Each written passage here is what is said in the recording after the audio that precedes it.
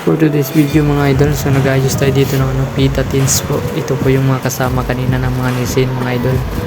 So dito yung ayusin natin kung paano mag-display mga idol. Simpleng kaalaman lang po, simpleng idea lang po, simpleng turo po. Sana po tapusin nyo yung video ko. Sana po may kunting aral naman akong may bibigay sa mga gustong matuto dyan. Sa mga gusto pong mag-stay, so stay lang po kayo, tuturuan ko po kayo.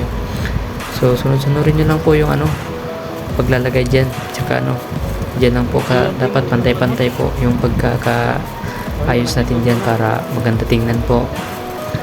Ganyan po, dapat balance po yung pagkakaayos niya mga idol. So ganyan na po ka-basic mga idol, di ba? Punong-puno yan. Tsaka yung iba pag di na kasya, so ilagay lang natin sa gilid. So yan po mga idol kung paano ayusin. So ipapakita ko po mga idol yung result niya.